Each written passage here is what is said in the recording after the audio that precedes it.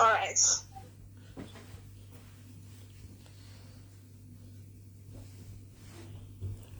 How old are you? 24. 24. I'm chilling when I can ask. You're still a baby.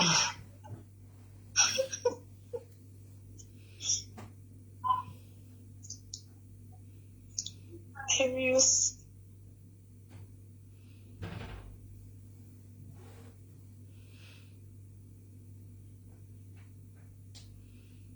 Tadzoka, guys, I don't know what happened. Yangoti, you can't continue with the life. So the Zuka gadzira masystem ake saka zvacho zvakawanda wanda zviri kungonetsa netsa. Zvacho zvakawanda wanda zviri kungonetsa netsa. I don't know what's going on. Nasuka. Time chishare nekutega wangu asipo, guys, tikontinue kumberi. Time chishare nekutega wangu asipo, tikontinue kumberi. Time chishare nekutega wangu asipo, tikontinue kumberi. Itai apa mukatosvika pa 250 tobva tatongoenda tanga kuenda mberi. Vamwe vanotibatira pakati, vanozowana tave pakati. Vamwe vanozowana tave pakati. Ande. Tatove ku 141 ande itone. 145 ande itone. 153 ande itone. Yeah, it just dropped. And there's Zuka. I don't know these days what's happening with Facebook. But this Zuka Yangoti can't stop, continue with the life. Then the stop away back. 170. Hi, Molin Magazine. Yango Dona, and this Zuka I'm going to 189, guys, and they. Thank you, Cecily, in 50 stars. Thank you, in 50 stars. Guys, it's a stars, guys. It's a masters, guys. Mom's birthday, guys. Birthday. I'm 25. It's a masters birthday, guys. Canada masters birthday. No, that's 216. Which is 189. Tiriku 220. Taku 220. 223. Kodato vejoji. 223. 225. Imiru masure. Zenyu kudimuru masure. Zangu yangu iri kumberi. Baba baita start. Yeah, varikuya kuseri kuhobho. Itaifambe, guys, itaifambe vanhu vakaunda varikuya, vana vakaunda varikubudikira. Dakuti muzive, you like it or not, you have to know what is happening in the streets and in the world. Panapa, we talk about real life issues. We don't talk about or people or what. We talk about real life issues. That's what we talk about. 250, 244, 249 right now. Thank you, Cecily, 20 stars. 251, Ndokwa 253, right? Tingofanira continue mwana tibatira kumberi, right? Baby girl, let's go ahead. Sezvongogara vari pafoni tikamirira 500 tingakunonotsa. Ndobva zvaita sei paya murungu wamona, you found the murungu told you kuti I'm going to take you to the agent kunoitwa izvi because inini I'm a client. What happened next?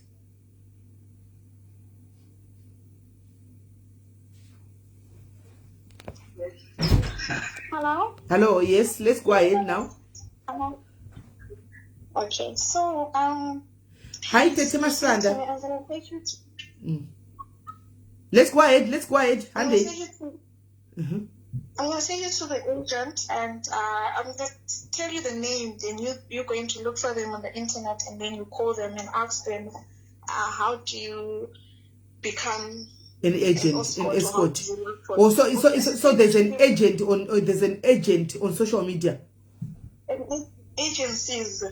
Oh, agencies! Wow. Okay. And there's levels to the agencies. There's levels to the agencies. You don't have much. Yes, like it's the same with how do I put it? There's Fly SA. There's British South African. There's all right. Okay. Yes. All right. Okay. So then I said to him, I don't want to start from the bottom. Because why should I start? What am I learning? I know sex. I'm not a virgin. Yeah. He said, okay, that is fine. I'll give you the names of all the agencies. You call all of them. Then they will take you through. Because I'm a customer. I'm not a worker. I'm a customer of the agency. Right. So then I said, why don't you talk to the people that you buy from? Why don't you talk to those girls, and those girls can, train me or teach me or, give me more information. And then he said, if I'm the customer comes to my girl that I buy, or because he said he has different girls that he buys, if I come with a new girl to them, your competition, it won't work. Yeah. Okay. I went and told my friend about it. My friend was like, I don't know, but try it out because you know, she's like, this thing requires a bit of brains as well, especially for your body type. If you're a big person, and stuff, you wouldn't require brains, but your body type is going to be a wide target market, and white people do not have sex like black people. Okay. Because I'm very slim. I'm very slim. You are bio-slim. I'm very slim, like very thin. Mm-hmm.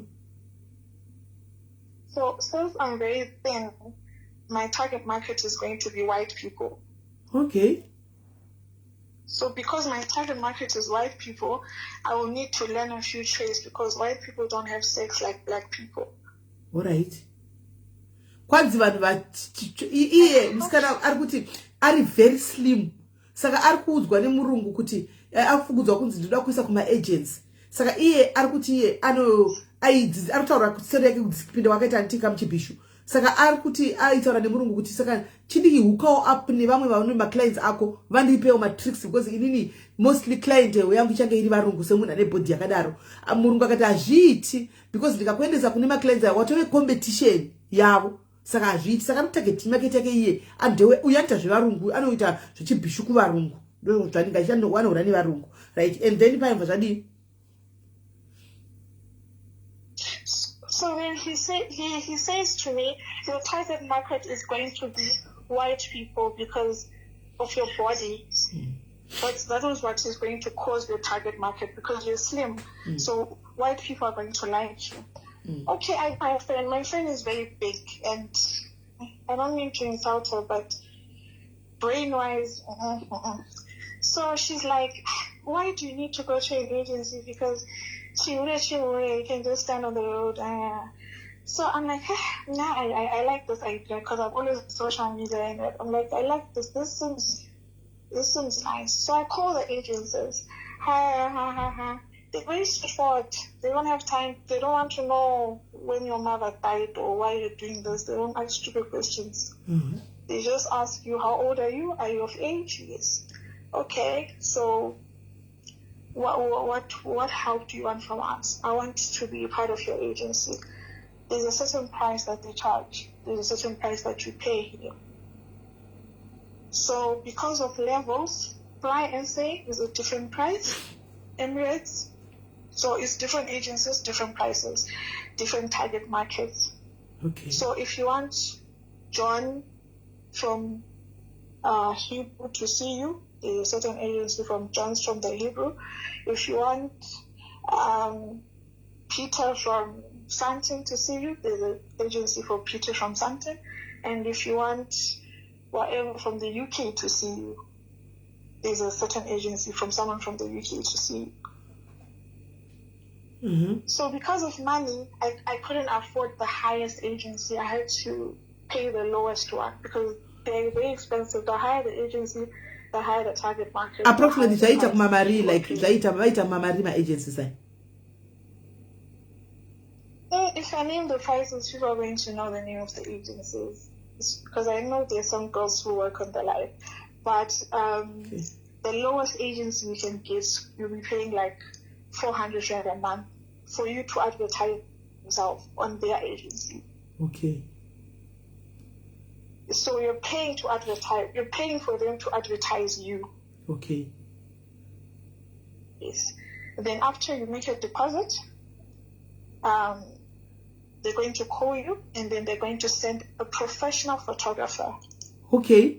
So ku agent quite the list ye pass but over 400 and per month votumira agent professional photographer anoya kuzokutora mapikicha nokuti ivo vanenge vachita basa ngokumaketa chete handimaona ndo basa ravo vanhu ava saka hanzi zvinosiyana kana uchidawo John from Hebrew ane price yake kana uchidawo Peter from Sandton ane price yake kana uchidawo James from Bryston ane price dzake zvinosiyana sezvakangoitawo ndege kuti unoda kukwira ipi yacho handimaona ndo zvakutsanangura right and ndobva zvadii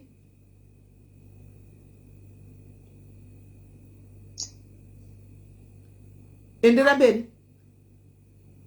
Okay, and then ndofanda fonera agency, the lowest one, because ndandisina mari. So ndofanda fonera the lowest agency, because ndandisina mari for the one that ndandishida. So okay, ndofonera vavati aenda kunoisa deposit. Vandotumira mabank, pane mabank ese, so no choose a bank iri padhuze. Ukaita deposit, ukubhadhara 400 rand.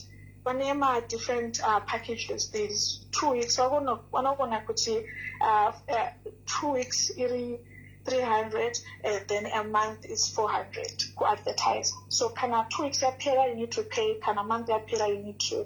So it goes nemari unayo. So then I had to pay. Then ndova ndavapa number dzangu. I didn't meet these people talking on the phone. Ndova the next day photographer umbafona, hello, ndi photographer wekupi agency, tosangana kupi, ndikutora mapicha kupi. So usually you need a place kutora mapicha. Setup is because packaging, ucharge kamari ne packaging. If mapicha ako anaki, that means auchi. So you need to book hotel or somewhere or apartment somewhere very nice. That's why uchatora mapictures ako.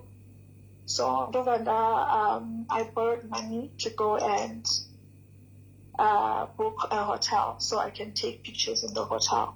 And I borrowed money as well. Lingerie. Lingerie. I told my pictures are naked, no. So then I went to go and buy lingerie, heels, what you search for internet, what is.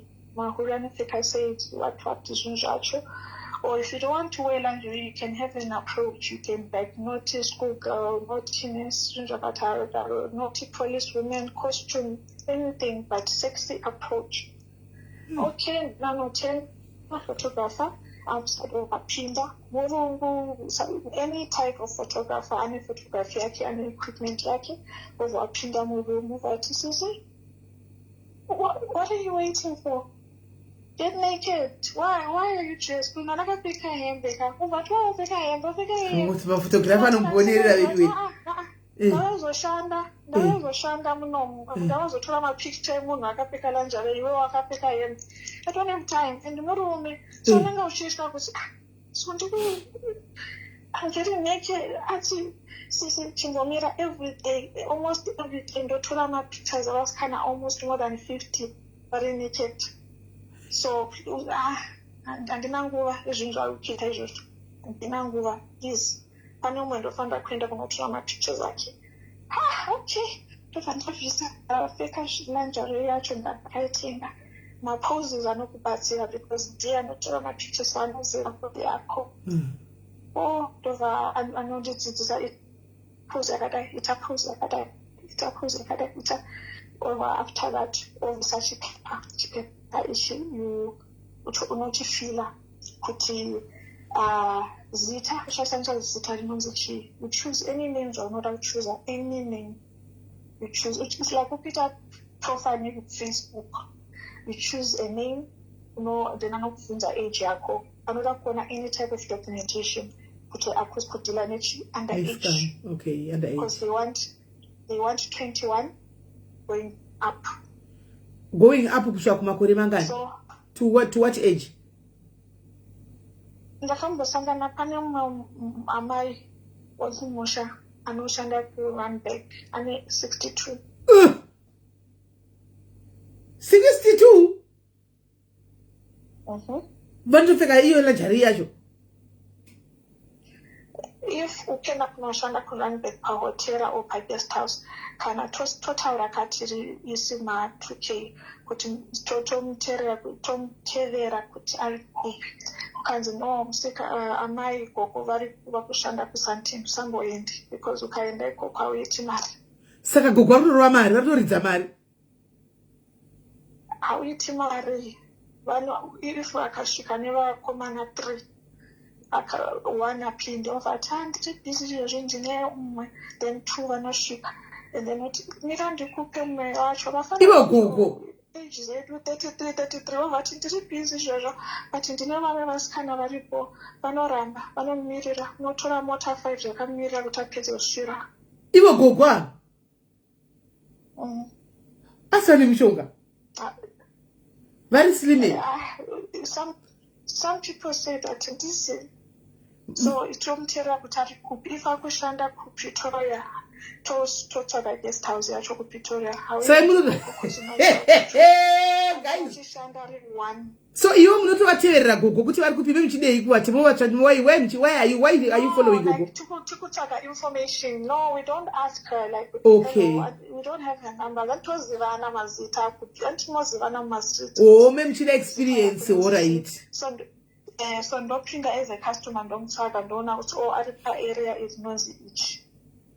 So andiye ndikoko because ndoziva kuti I won't work kana aripo Gogo mushandi. Ha Gogo vatora mukombi Gogo uyewo zvekuwhatsapp naimi tinde votose Gogo. Anonyora pazvinhu zvake kuti ane 60 anopisa chii but body yake I don't want to lie, her body doesn't look like she's 40 something maybe. But I won't make it, but pisa no pisa zvake because vakomana if she's with the man in the room vanochema vavo vanogona kubata vanhu zvakanaka ndofunga murumu imomo. Unonzwa mukomana achiti my way vanochema. But I like it because I know it as customer persona anoti unova kupi kandova kuzimba nomhanya because andigogo akasimuza. Gogo akakumaketai. Vakamaketa nyika. So and Ashawo ndimunhu ari boss zvake but zvanoshandisa business is not personal. It's not personal, it's business.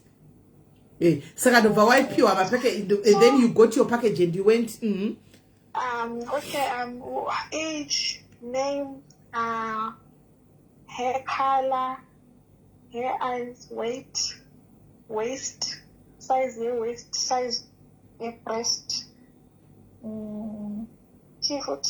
shoe size, okay, then one of them are my personal questions. What do you do? Do you strip, dance, 6'9", deep throat, golden shower. Golden shower is when I want you to another tap and then over pee on him, not my daughter pee. Ngumuwetera munhu just to go and wetera munhu. Yeah, only a lot of doctors love me. Doctors love it. If you have a man who's a doctor in this industry, I want to tell you, doctors love very funny nonsense. I don't know if it's trauma, especially when it's my operations. Seriously? They love funny nonsense. And they love golden shower. They love drinking pee. They love being peed on. I don't know why, but doctors love very funny nonsense. Anyway, do you do this? So they ask you what, then what don't you do? So if you don't, sometimes my terms at Chirungu are very weird because you don't know. So they explain to you, deep throat is when you do blowjob, but it's senior blowjob, CEO. The whole deep, like you can take it in with your throat, like it's deep. You hear from the names. So then, you say you're comfortable with this and not comfortable with that. They tell you no. So now you can just say what you're comfortable with. With time, you can call us and change. But remember that time said that do the plan. I'm not do it. So they ask all those things. Do what? Don't you do what? And then after that, you're done. Give them the money. They'll set up the profile. Then they give a link and a password, and then they send it to your phone. So you like a Facebook account. So when you log into your account over an open account marco over location. So if you're just looking on a account, don't change the location. I'm not gonna change the location. I'm not gonna change my pictures are funny profile picture then funny mom. But we're not gonna go is a picture. But profile picture one appeal on the site. So it's the main picture. So for the visa, then one over my essay, my angles, So okay. or over ndaita over ita number. Then but now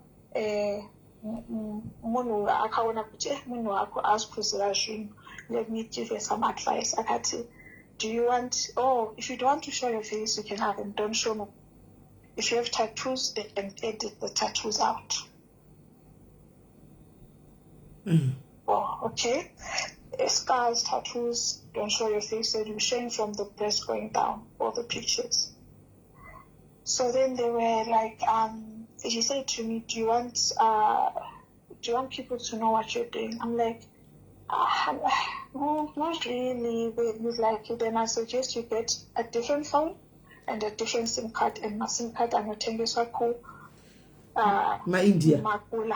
Those.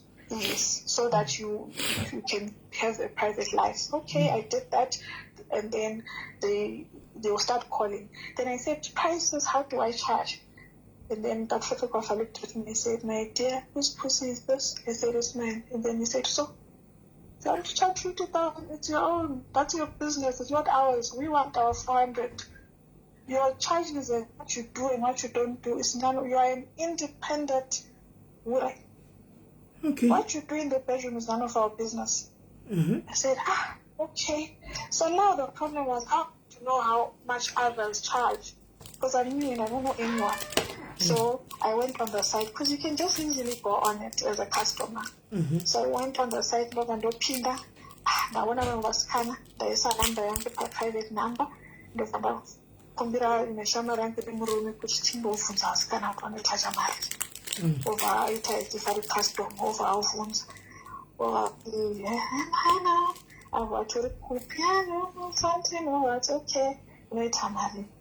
Over ndoita 250 30 minutes, then hour ndoita 450.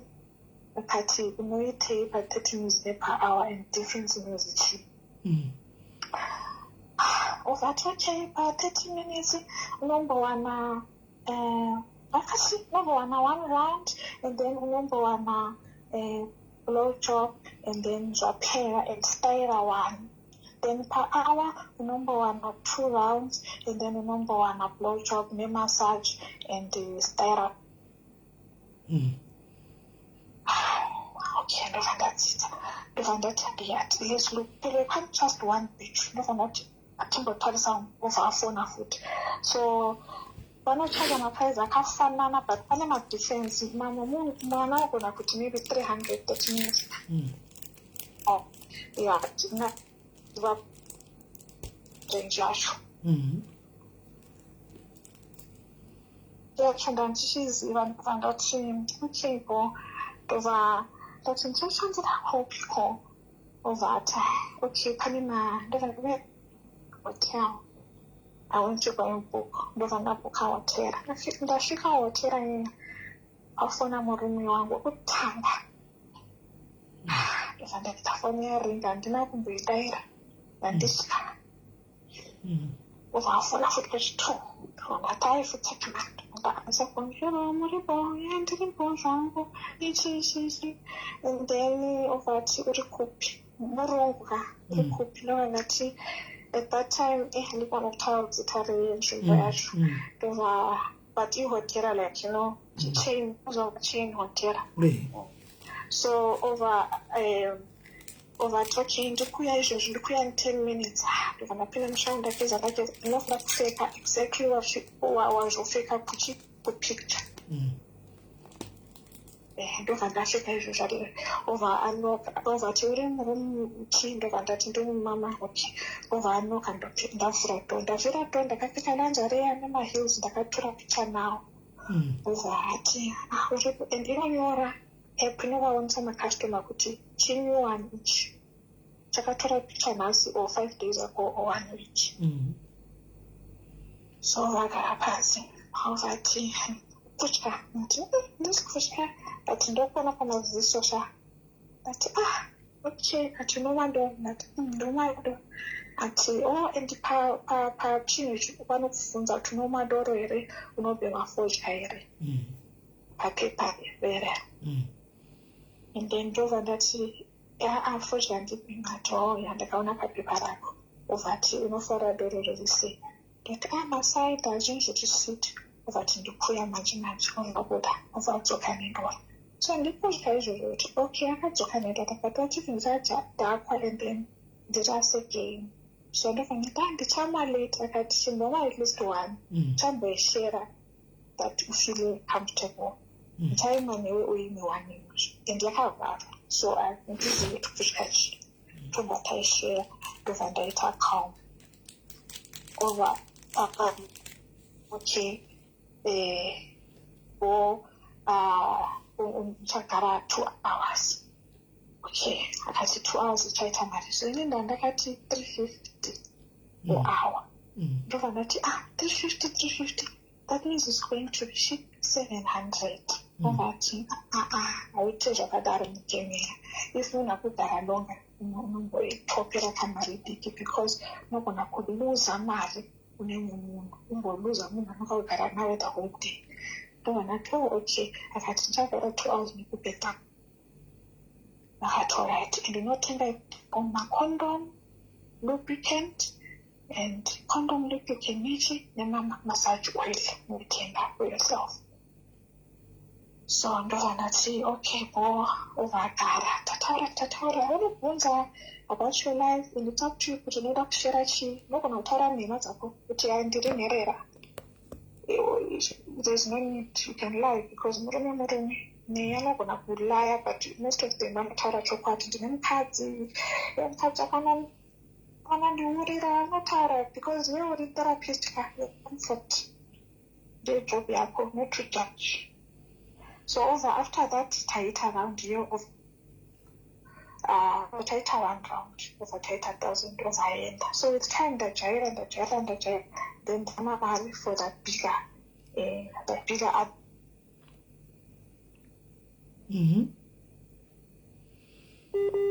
I got to the other agencies. There you're charging more money because you're charging 800 for 30 minutes and 1.5. So after that, that's when I started getting used to this. After I met our guy, Morunguya, Vasangana Nini, over and Buka once, second, third time in Geneva, Angasinda de Botene. After put up Botene, but problem, mari inoperera pakure because wherever waunoshandira kunobhadhara rentika and kubhadhara every day pamaguest house if ndoda kushanda kwaPretoria I need to find pane maguest house anobvumira pane so kind of choose some guest house there you know the guest houses because but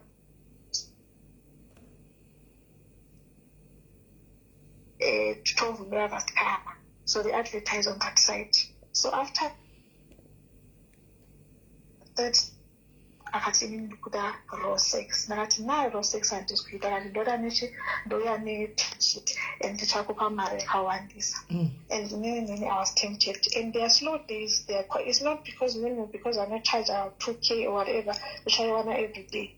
So no family pays up on sick or something. There are days where there are days where there is no money. So some days you're going to serve the whole day in a month. Now, what better money, and money that is good, then we need to use it wisely or better than for a long time. So after that, he really liked me. Then we're not going to put my loyal customers or as we are. So with time, I've now left the business. Was still pushing, so now I want to start a webcam. You put meter online or cheat my video, whatever online. But webcam you can block countries. Not like you're not gonna block Africa. You say we won't make it only overseas. So it's only dangerous if you have relatives overseas. So it's just a glitter. Glitter glamour. So chiure departments are. Okay. Because someone can say anyumba you and then maura anomira past on the street maure futi but different departments, different avenues, different ways. Hey. So there's only there's only one agency, Chete. Yeah, that maybe to show you guys Kutishishi, you can go and look for an agency called Sex Trader on the internet, and you guys will see what I'm about. That is, I don't care about that one because it's already famous on the streets, so no one cares even if I expose it. Guys, what do you so you are working around Joburg. Anyway, you work at a certain agency ku Joburg. Yeah, I'm in South Africa. Yeah. So how much are you making per day? That's the problem. So I cannot have an amount that you can say you make a day, because how are you going to know how many clients you're going to get? All right. So I cannot have. Yeah. So you can have a thing. You guys can go and look for sextrader.com and you see what I'm talking about. Okay. But roughly, kututi ndaita mari unengwa bata mari? A day. I can't say a day. I can say maybe a month. A month, when I look at it. Yeah, if I'm in my areas where I work, because I have areas. If I'm in an area where I work, where there are a lot of white people, if I stay there for 2 weeks and it's month and then it's 2 weeks, I can make 9K. 9K. Minus rent and food. Yes, minus rent that I'm paying at the guest house and food, because it's now like a night is going to be 2.5 or 3, and depending on the time. So 9K per 2 weeks. Personal profit. And then when it's dry, there's dry month. Dry month is the mid-month. You can make 5K or 3K. Okay. So you're getting food per hotel penny. No, I'm saying I'm minus, because I minus that money. I've minus money. Yeah, I'm saying like the hotel are they giving you food? You're an independent person. Oh, so you buy your own food. So every morning they want their money. They don't care you worked or you didn't work. They want their money. All right. Yeah. So you're independent. You're working on your own. They want their money. They don't know. They don't care about your business. They want their money. So that's what I'm saying, that most of your money is lost due to you paying every day. Because if a place says they're charging 600 a day for you to stay there, then when you make good money, you need to pay, because you never know tomorrow you are going to be dry. Tomorrow house kushanda mangwana. So no fanda kuti kana waita mari ushandise very wisely. So waita mari go anofanda kuseva 9K per 2 weeks. Per 2 weeks. Okay, so since mubasa there are so many risks, but irenyu basa ningira kati ndai private chikoro mbichana private school a little bit. So I mean the challenges that you meet in private school, private Ashawo, they are the first challenge that you meet per private Ashawo is privacy. Nenya kuti exposure ya vanhu vanosangana navo vanhu hombe. So the more the money, the more the risk. Sometimes not risk in put it AIDS, but one of fire junja kashiba. One mari fire junja kashiba. Oh, one mamnojana one mani mari vanda zviri date. Like izvo kuti munoitwa masure maana sexy wayo. Not kuti raw, not raw. Zvakawandisa not kuti raw. Vanofara zvinhu zviri matarisamu, because munhu okura kutenga chinhu that hagoni kuchiwana naturally or hagoni kuchiwana easily. Akuda kuti chinhu chiri exclusive, chinhu chinowanika nevanhu vane mari chete. So chinhu ichocho chichifasi kubota. Okay. Ishi is weird stuff. Matrisamu, ma fisting. Machi? Fisting. Fisting, what is that? Vanotora chibakera. Vanoisa chibakera pa at the back. Kuti chidi? Anyway, mushambukukula. And then I don't know how very gay, but never cuts. Okay. And I wanna wear paisusu over muno sugar, but I wanna kanamuno, common on Chichova, and then isusu to organize or over what you come undi surene, no sushi, net boy. Nay. A toy, in the Chinese a toy. Yes. Oh, the only limits, the only thing that is not allowed is a brown shower. So golden shower, but brown shower is brown shower and they could buy. Saka icho chibhakera ichi kana chai nai mari saka chibhakera chine chingonzi ruva kushure. So even pakeka vanokubvunza kuti feasting, do you receive or do you give? Golden shower wet, do you receive? Receive means that means ndiyo vakuita nechibhakera. Give that means ndiyo. Kauchiti kuita nechibhakera kuri kuti chibhakera ichi chinopinda shure kupinza chakuvhura kupinda mukati kuti chibhakera changu chakakura kuda kuchiona ichi. If pane vanhu vane internet vanoziva kuti pane video rakabuda karaswo mizi nemunhu wake vachiita feasting. If pane vanhu vanofollowa zvinhu vanoziva kuti munhu wake vakabuda painternet kuti nanhasi anozvitaura kuti inini feasting ndoifarira, anofarira chibhakera. Imi muri kuti kushure kunovhurika zvokuti chibhakera ichi chinopinda ichi. Pane feasting, pane even footing, pane vakomana vanofara kuisa gumbo ropinda mukati. Imi. If okay, chibhakera chichiri say, and then she wants the head yemwana iri hombe say. Aiwa kainobuda nako nekushure zvakasiyana dia. Panobuda mwana nekunobuda nekwakuti kunopinda chibhakera zvakasiyana. Vanorisiva chibhakera paputi, vanorisiva chibhakera that side. So the riskier it gets, the more money you make. And then also, inini, I'm not going to pretend like I'm a saint. Feasting and I've never done it, not because nakambo iramba, but because I've never dakawana muna noida. So then the chinzavani, I've never dakawana muna mandifona mati. I'm not a feasting. But what I've done is but kuzoshka kushure kusure kushame kudai zvokupinda chibhakera.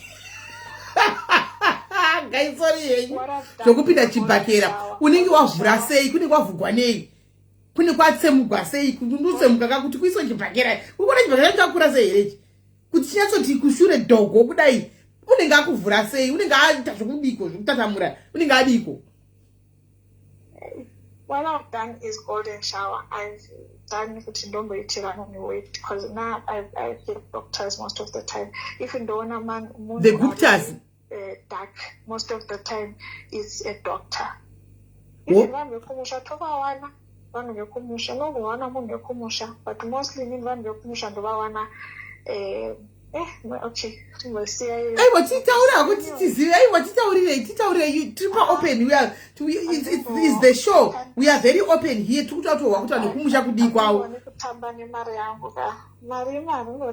but they would know kuti ndiani anditika atikutamba kune mari yako but ikutora iduchinga pamuromo but ndakafonera vanhu vekumusha ndakati ndora kumboita chinhu chakadai vakati ikukuita maregular customer kuti ndora kuita chinhu chakadai because most of them mashona tatora mukomeri mashona takaoma vasikana takutoita zvibhakera vanhu kumashure kwendi takaoma mashona vasikana vedu we ni mashonaka. So, what I've done, the golden shower you put up here, I've done that one before. I've given golden shower, I've received golden shower. I have received. So,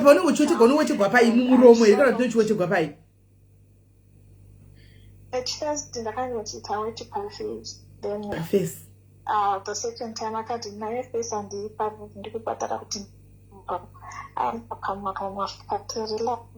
Sawakaisa muromo ukatomedza. Because not that extra mad. Ukatomedza. Ndakateerera I'm listening, I'm not judging. Ndikutoda kuhwisisa kuti pamuromo pawaitigwa weti wakabva wamedza. Kuti wakazopfirako. Ndakazofamba ina mutoilet ndobva ndaibvisa, but obviously inenge iripo yakaenda nematega. Inenge yakatoinda mudei ndizvozvo. And then swallowing ndoita. Swallowing ndekuti munhu anenge achida kuti umbodya mastems ake. Okay. Swallowing anonzi ma-extras yaya. So unoita pote, and then after quit pane ma-extras. So ma-extras. So if you charge 500 an hour, munhu akubhadhara extra mari on top of mari hour. Yeah. So no charge extra. Everything. And so I know to swallow, you know the extra time. I know the what you can understand. So it's extra on top of my charge per hour 30 minutes. Okay. You are paying extra. Because the hour I'm just doing blow jobs there, blow on and sex in water. So easy. Negotiate extra money. And then when I any price and you know that by extra, you don't want to extra 8,000. It's one another tune.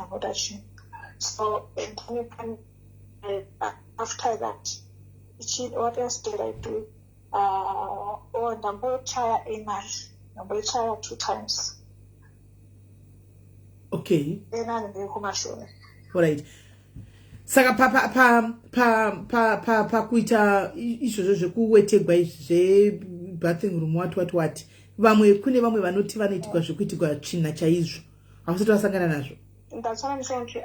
On the site strictly, that is azvivhumidzi. Doti haribvumidzwi. Alright. Zvese site inokubvunza kana vakunyora paper agents kana kunyora paper kuti unoita chii auiti chii zveshe zvima golden shower zvimachi kana munhu akupinda paprofile yako before akutenga anoona picture, anoona age, anoona size yebhutsu, size yewaist, size yechichi, then anoona kuti unoita chii. So brown shower, inonzi brown shower yemadhodhi is not there, havakubvunzei because havaivhumidzi. But vanenge varipo here mubedroom, vanenge vasipo. So munhu nemunhu anoita zvaanoda nechirake. Saka vamwe vanoti kwaiti vanorova vamwe, kwai kuna mwana uya achida kuorohwa. Pane mwakamboya pana pakatedza kuti kwanzi ndinotorova, kwai ndinotopuwa ngikiri ndorova munhu, ndichirova munhu hanzani achitozvifarira izvozvo. Inonzi domination and shaming. Inini ndakawana once munhu wacho anga ari Indian ovati. Hainiyo yekurova ndikatoida because ndikamurova zvokumurova zviya zvokuti haazvipani. Akati ndokadaidza mari yangu ndati chama inini ndikutya munhu akandifira ndoita sei. Ndane mari.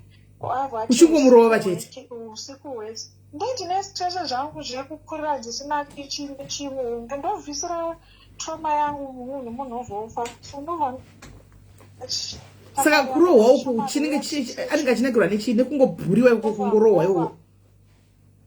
Obva abhukotera tapinda moterayo akati ambonotenga zvinhu inonzi chi rope, tambo takamutaya pabhedha zvima 50 shades of beige. Takamurova akati mukurova mbichana. Munhu auvaita red. Hamudi makarikita munhu kola. Munhu kuti kwai mukundorova mbichana. Dei makanatsa kukiya munhu zvokuti achibvapo unoti handichazvipani. Munhu akandiwira ndotise munhu akafa ukanzi ndotise ndoite munhu tamurova ndikuti atocha inozi tocha. Akati inini ma-equipment acho handinawo kuti zviri ndiiti because handina ma-equipment. Ndofanira kutenga kazvinhu zvacho zvekurova makai ndakandina ovati okay bochashandisa chii for torture. Ovaenda unotenga candle, ovalighta candle, siya yecandle, atistimise paskin. Hai, muchimudira kusvika rapera candle.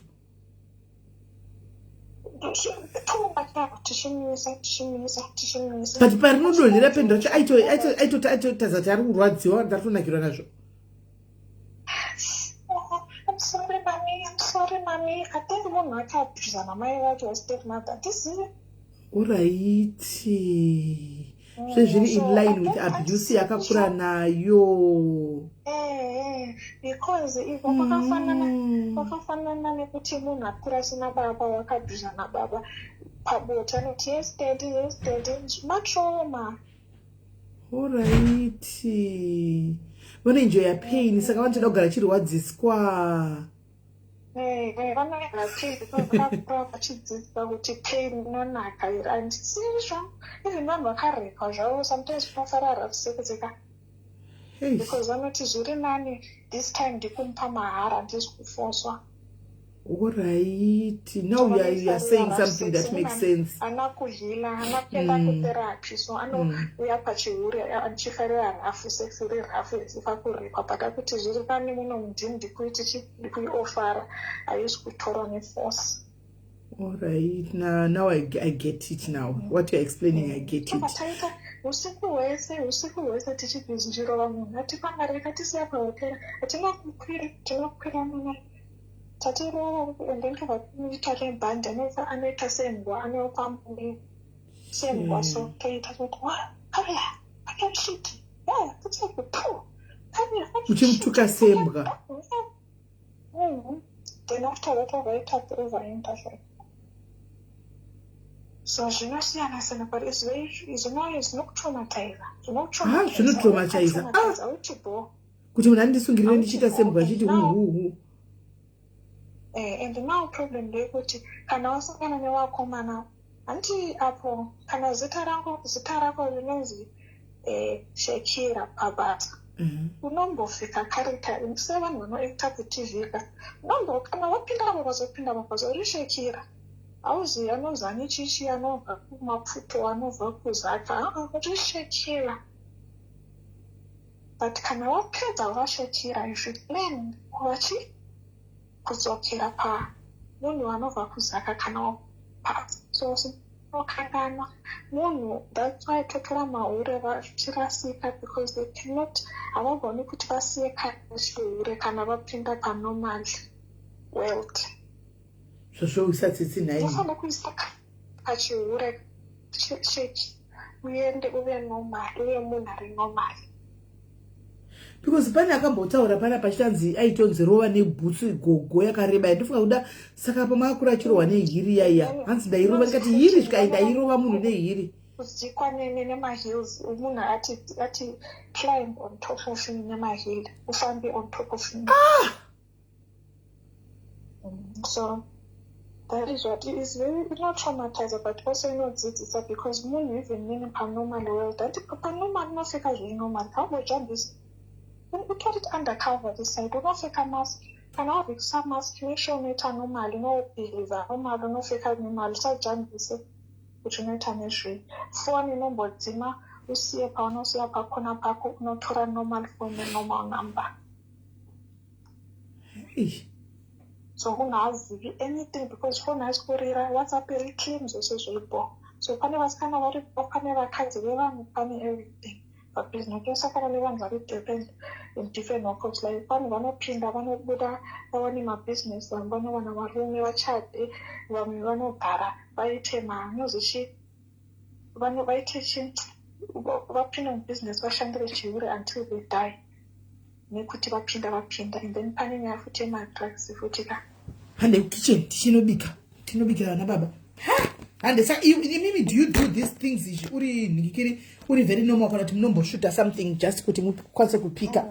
Pane vanhu vanoita zvemadrugs pane madrugs kuti tasama paaspect iri problem yakawandisa nyaya yemadrugs. Saka imimi mnenge munoshuta here kana kuti how do you do it munoita sei kuti munyatsogona do you munotora something here kana kuti munongoita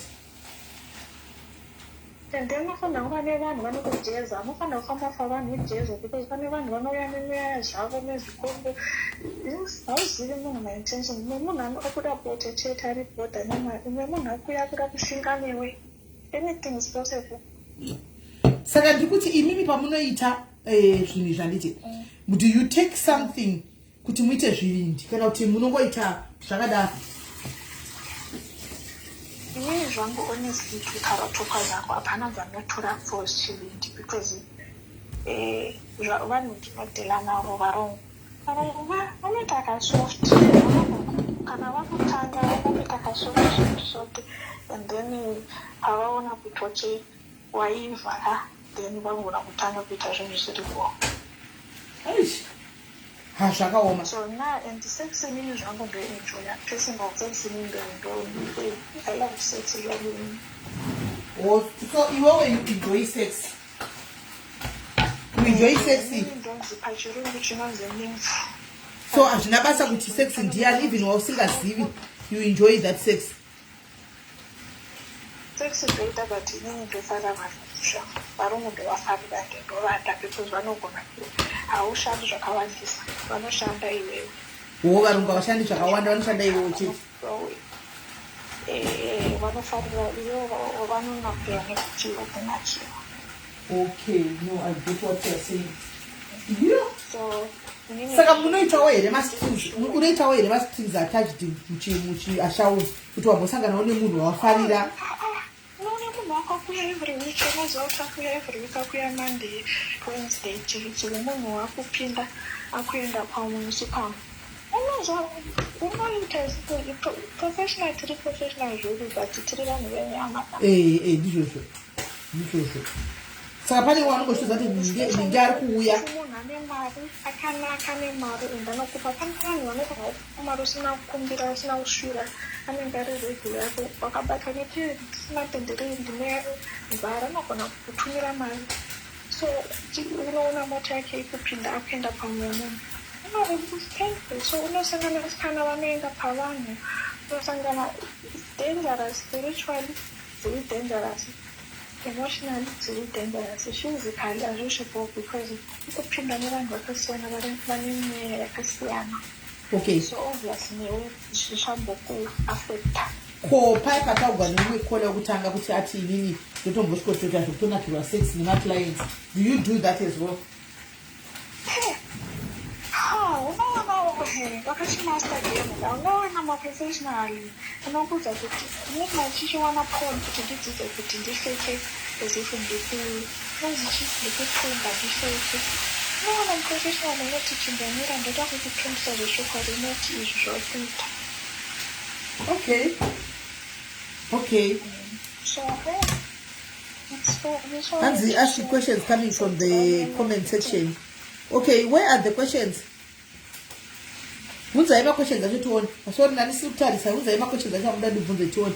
Tikudzidza riti we are learning outside world zvekuita kunzo. I had luck because I got murungu wangu pane murungu ndakamuwana anondiendesa patherapist. Ndombodza therapist yezonde patotara chokati unoenda therapist but unoenda patherapist you're not talking chiure. How are you going to heal? Because it's like unechironda ukienda kuchipatara but still kudzokera kuti kuno I don't know how to explain. Kuti unechironda and then after chironda oenda kuchipatara and then after you go back kuchiite chironda ichocho. Okay, hanzi izvo. What will be the reason for the Shona men doing the fisting? Kufunga kwako iwo. Okay. Ndakasangana navo on my friends outside because sometimes havafari kuti kana vaona kuti munhu ndokumusha havafari but isusu semandevere togona kuvharavhara vaone vanoona after some time ndekumusha iyi but unogona kuekta havasaona. Fisting, a lot of vakushona men vanofarira fisting vane mari zvakawanda vanofarira especially when my doctor. Hansi, can you please try to speak up at Shadzi Shaganaka? I think what the one is a volume or something. Can you please try to speak up because I'm traveling to hear too. Because a lot of them vanofarira fisting vanofarira vane mari vane madoctors vanofarira kunonzi chikuwetera newet and then vanofarira natrisamu vanofarira then kana unovabvunza havaupinduri vamwe vanokufudza kuti handisi kukubhadhara kupindura. Okay.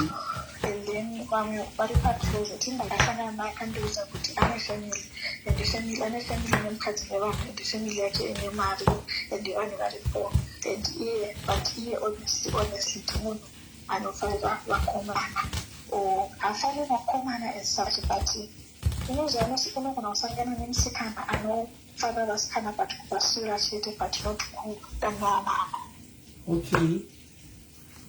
So akaita zvadai anofarira kusura vakomana but never kuti amudanana nemukomana. So akati ndohaida this because of mukadzi nefamily. Okay, ane mukadzi saka anohaida izvi from the wife. So meaning the wife does not know. Haazivi. So anotenga matoy ake vandodaidza ovatini nditese timusure netoy pabeki.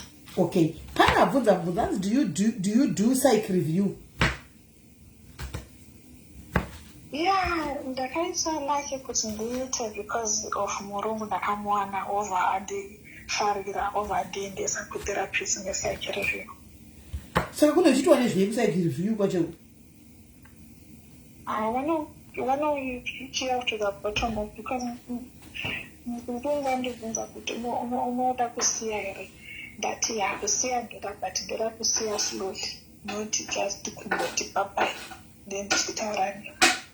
Okay, right. Ndeyekuti usiye because ndofana nemunhu akutora madrugs kana umunhu anotora madrugs anomadoro zvakawandisa agona kumuka naso achiti never again at least unoredusa intake until usiye zvirinani zvekuti nombosiya kunzi cold take kumbosiya zviri dangerous because panosvika zviya tekuti uchaida chinhu chacho uchiida then uchangoita mess up uenda uchiuraya nehama uchiura mahara futi because kuda chinhu chakati chaira.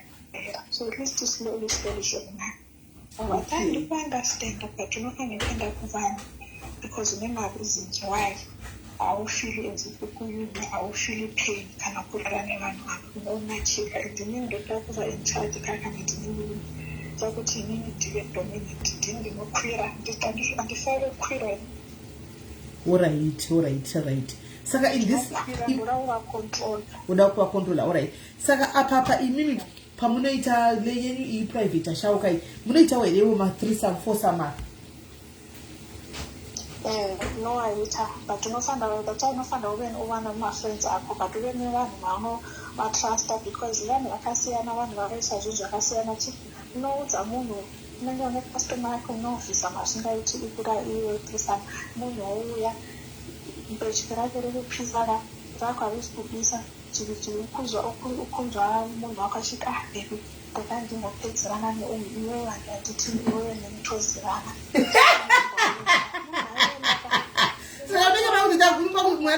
Utagodo kuti uyu azodai kudarika uyu ndakagara ovati achimbogara apa umbotarisa tv umedoro uite zvaunoda ino ndimupedzera nenharo achiudza nhema uyo chikana kuita zipasi kuda achiziva kuti ikoenda ndichitaura kuti munhu angura nemari then ndichiti kurakirisana raenda kunobika kocherake tanga achipisa. So in other words, you guys also get jealous kuti ndikasatora munhu anopesera kuti uyu ari kundiitira uyu asi kundiitira saka okay no I get you. Unofanira kumeka sure kuti kana kuti uya kutirisa unodaidza opposite wauri handinini ndiri slim ndachichi kana munhu akuratisa ndodaidza munhu ane magara rihombe. Alright. Because ndoziva kuti achangotesta but kudzokera adzokeri so it's different. Ndiri target market varungu ndodaidza munhu ari target market manageri. Okay, so achigame ndotogara wakangwarira kuti ini ndotageta uku because ndikadai anozoramba achidzokorodzerwa because ndoziva type yamunhu wangu kamunhu anganokaya zvisienda chichi so ndiona unodaidza munhu ane magara nekasvika haizi type yake ndota kuti tekutirisa ndega ari available achaita but munhu wangu amuendi. Oh, I get it now. No, I get it. I get what you're saying now. Yo, guys, mune imwe mubvunzo here apa tizwe vamwe kana mune imwe mubvunzo muda kubvunza taurai tizwe guys. Bvunzai. Munhu akuya na7:30. Munhu ari kuya mazomanje client. 7:30. Alright. pane here mwarida kubvunza guys ane client iri kutoya izvi zvito Chris Malaripo guys tine ma-international asvika kuda kutesta African.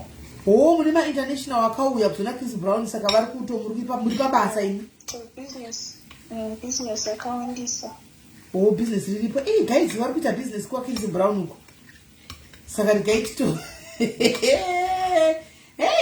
Alright, ndikati kune gamuningira wangu uinde kubusiness tiite mari tigozo kutenge goal life ndikapinda muJoburg. Waitako, thank you for sharing in tatinodzidzao zvakawanda.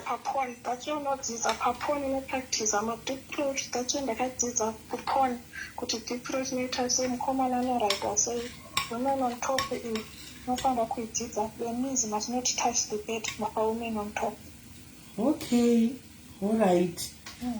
No, thank you very much. Munini wangu rekati kusiya wangoenda kuma clients uko tozotaura zvedu. Waita kuti adzidza zvakawanda ufunge. All right. Thank you very much. Yo guys, kwenda mutiudzo zvikuitika kune zvinhu zvakadai. Tati zvizivire piso. Tati zvizivire pa muchataura kuti kune zvinhu zvakadai so zvai zvinoitika. Wait one.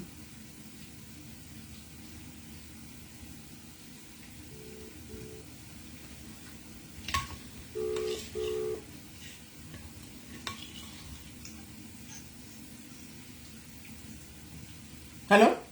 Hello? I'm taking a shower. Oh, sorry. Oh, okay. Sorry. How far are you? 15 minutes. I'm a size 25. Oh, okay. No, it's fine. You call me then. What purpose on guys? What purpose? Highway. Right? Get it the one corner. Hello? Hello? Sorry. Ndafuna any mistake. Ndafunga mnenge namba. Pane mungu. Sorry. I thought it was on mute. Sorry. Kune vanhu vakanda kufona sorry. Saka ndafunga kuti I was calling somebody else. No, that's fine. Okay. All right, sure. Zvakaoma guys. Ifona itiwe. Mana Ashawo kuma touchline street, please call in and let's hear. Pakaipa. Call in. Tinzwe guys. Call in Tinzwe. Eseida pakutenda guys. Ndikusatombozuti zviri zvikutoitika muraife dzatiri kurarama idzi. Kana kuziva guys, kana kutombozivawo zvedu, kana kumbodoziva kuti kuchembera kudai, kana kuziva kuti kune zvinhu zvinoitwa ichiiwe feasting kwai chii yemushawa iyi, kwai kudii yemubathing room waiting kwai inochii ameno. Hey, yapakaipa.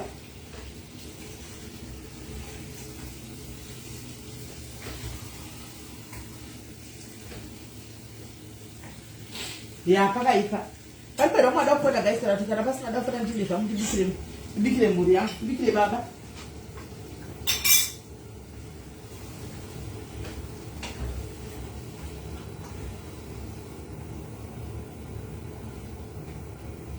Ndibikire zvangu mudhara. Ava nyaya dzino dzakawandisa vadziperi. Vanotora nyaya dzakawanda adziperi. Vane nyaya vanhu vanosanganisa kwama, but anyway we don't judge because hatiziye ma-situations avo guys, chakavapinza muzvinhu zvichii, we don't know, we don't judge, we just listen, we don't judge. Tikaichingona mamameseji ari kuya.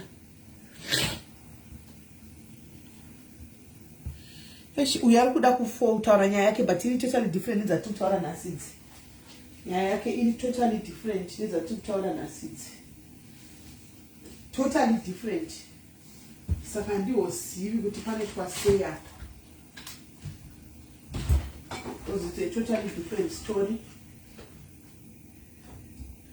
It's a totally different story nedzatiri kutaura nhasi idzi. Hanzi brown shower kuti zvakaoma. Pakaipa guys. Aripera mwada kufona guys. Do you have mwada kufona whatever? Kana ndakukata guys ndozoya mangwana ndoya. Ndine nyaya dzakawanda. I think mangwana ndochakakuya neya takagumisira last time yayi yauya ikapera iyoyo tozopinda mune dzimwe. Andika nonyatsokuya kuri makuseni toswera ndechitodya ndiri palive kusira ndakatogara kuchigwasi techiti tikaita live tokata topinda munemwe tokata topinda munemwe toita malive edu amaprograms aidai maita usiku vana varara munoteererwa nevana pano marunga vana vedu havamboteereri zvanona ndizvo so vanenge vari kumusoroko ende kana ukadii zvindikada kumudaidza kuti muchaona ndinodedzera sei kuti munhu aburuka uye pana panenge asingadondiwi because vanenge vachitoita busy kuteerera tv kumusoro ikoko kana zvimaredhiyo kumusoro zviti zvimaalexa kumusoro haambozviwi ndinotozeza kudedza munhu tanotengera mhiripiri panext door haaburuki zvekumhanya havatozvinzwi two vana vedu vave exposure vane exposure stereki nezvinhu izvi nekuda kwemainternet vane exposure stereki handimaona so as much as we say katuwatadaika zvimwe zvinhu we just have to accept it ndokuti takurarama munyaya dzetechnology and tichitoenda takadaro. Hi dear. Hello. Yes, could you say? Yes. Hello. Hi, I can hear you. How are you? I can hear you. How are you? I'm good. Right. Tell us. Share it. Ini ndachida ngokudzai nyaya yemushamwari yangu yandandinayo. Okay. Iye manje aita pano mumana pane vamwe varungu vakambomuti arikuda kuti adye akamuti ada kuti palunch yake amudhilivhire tsvina yake asi arikuda kuti tsvina asi akabva ataura kuti tsvina yake akamuti afanira kudya chibage chakawanda saka anenge achida kuona chibage mutsvina akatoita tsvina yacho akatola chibage tsvina iye aita unga iramba but amen akazozviita here vanoramba chii panenge pane mari asada kuti nyepera akaita tsvina akatoita tsvina akatotumira munhu asada kuti nyepera anoramba chii ipo pane mari akaita tsvina ngataure chokwadi ndofunga kudaro SIS MELLY then umwe musi pandakaenda kunomuona kumba kwake kwabva kwauya umwe mukomana vari kwava vanoti vanenge vachida kuti hanzi ndouya kuzokutsvaira kumba kwako vanenge vachiti miss hello miss good morning miss yes miss vanenge vachida kuti taurisa kwela hatisi kunyatsokunzwa taurisa hatisi kunyatsokunzwa taurisa tati pane vamwe vanenge vakati ndiri kumba kwake rimwe zuva kwakauya umwe mukomana saka mukomana uyu akauya makuseni achitoda kuti atsvaire mumba make saka vanenge vachida izvo zvokuti unenge uchimurova achikamba achiita zvinhu mumba mako ukamudza kuti suka ukamudza kuti waridza mubhedha unenge uchimuudza zvekuita then umwe wacho akabva atoti zvikati kana tichida kuti kana uchida kuita maerrands vanenge vachida zvokungotumwa varipo vanenge vachida kungotumwa chete kana ukamudza kuti uda kuenda pakati anouya zokutora wotokuendesa obva kana vakusiyai like for example umwe wacho akatonotisiya kumwe kwataienda indava ndaona munhu abva atisiya palocation abva amira kunze kwemota abva kwaipisa zvikanzi ndoita sei ndokumirira here kusvika mapedza kana kuti ndopinda mumota akatomira panze akaita kunge akaita saluti pasaiti pemota akangomira anenge atonzi amira akaita saizvozvo vanenge vachida kuudzwa mainstructions haiiti chinhu asina kumboudzwa kunzi ita zvakadai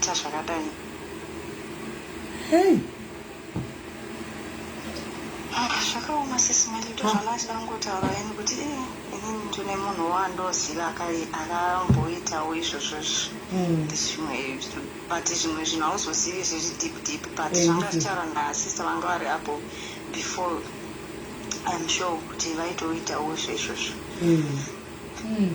Thank you very much kola waita hapo zvakaoma asi nai guys pakuzonzi ndidai asi mwaisi mishonga here guys haisi mishonga here ina ndichausisiwe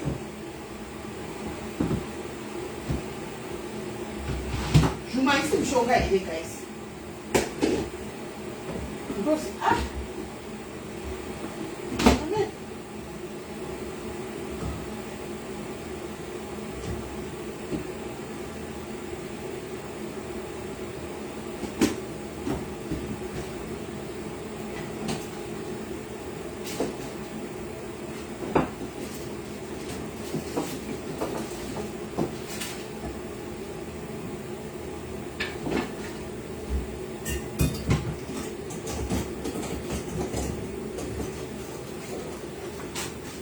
Maisi mshonga here, guys. Linge chitika.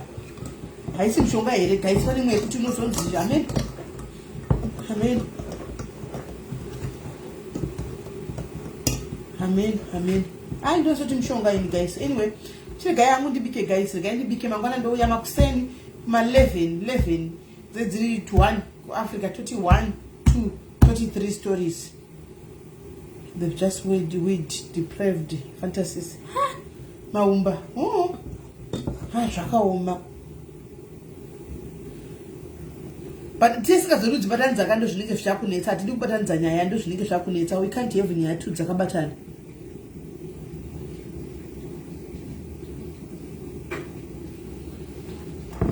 Atidi kuti tingaitinya kuti apa tatoya kune iyi yakauya nakole kutanga yechijobhishu. Toita kutoita Dr. Chibika, you can achieve a life because then you should just step at one. And I say Dr. Life, the Catania, Kutanya, and she life in Chibika, and the Catera passing Chigara, the Catera passing which I pay attentively. And the guy depends on Bika, guys. The guy depends on Bika. The guy depends on Bika and you go to joke. The guy depends on Bika, guys, to joke.